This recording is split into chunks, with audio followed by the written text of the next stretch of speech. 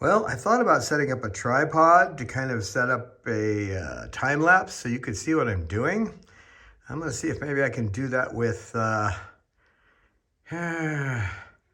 iPad or the computer, probably the computer, because I need to answer my phone. It's one of those crazy things, and I don't have internet yet, but I wanted you to see the sea of cages. And you can laugh too, because that back there is Cecil's cage. And I was looking for another brace like the one that goes down the middle in the back. It doesn't have that. It has a door in the front. I mean, this is how tired and worn out my poor brain is. But I wanted you to get an idea, and I'll see if I can set up a time lapse. I wanted you to get an idea of just how this place is. Okay, right now we're just looking at a sea of boxes, but let me walk you through. Yeah, that's actually this thing right here is what you put material in. Right? Instead of buying myself a real dresser, I bought this thing because it was like 1/10 the price of a real dresser. This is bedroom number 1. And as you can see, it's box station number 1. And then I've got a couple of temporary cages. I still have to build the big ones, which most of them are outside. And so I'm starting to set this up.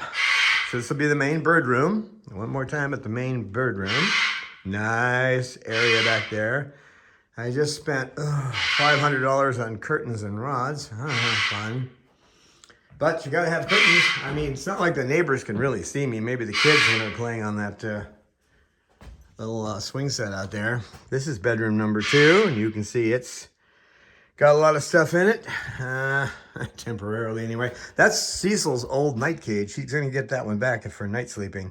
It is bead welded, so anybody who wants to say, oh, you don't use round cages for birds, you're welcome to buy us a stainless steel cage and pay the money to have every single joint bead welded, because that's the only way he's gonna stay in. And this is what I'm calling the kitchen adjacent room. I don't have another name for it. Got our plants up there. That's the meds container I have. So, and in here are the birds who are angry at me because they're in the cages that I used to transport them in the van. Right, Bob? You just want out, right, Bob? Is Bob a good boy? Bob's a good boy. Yeah, he is. Okay, who's yelling? That must be... Oh, Cecil, I'll have your cage ready in a few, okay? He hates being in a small cage like that. This is the kitchen, which you can see I've started working on already.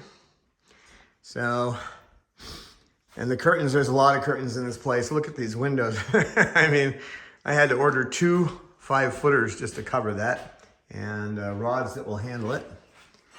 And then, yeah, you can see I've been snacking over there. And this is bedroom number, did I count that right? 1, 2, this is bedroom number 4. We just went and did the, which everyone has a bath. And I was thinking, what the heck do you need that for? Why would I need 3 bathrooms? Well, for volunteers, and 1 to clean up birds, that makes sense.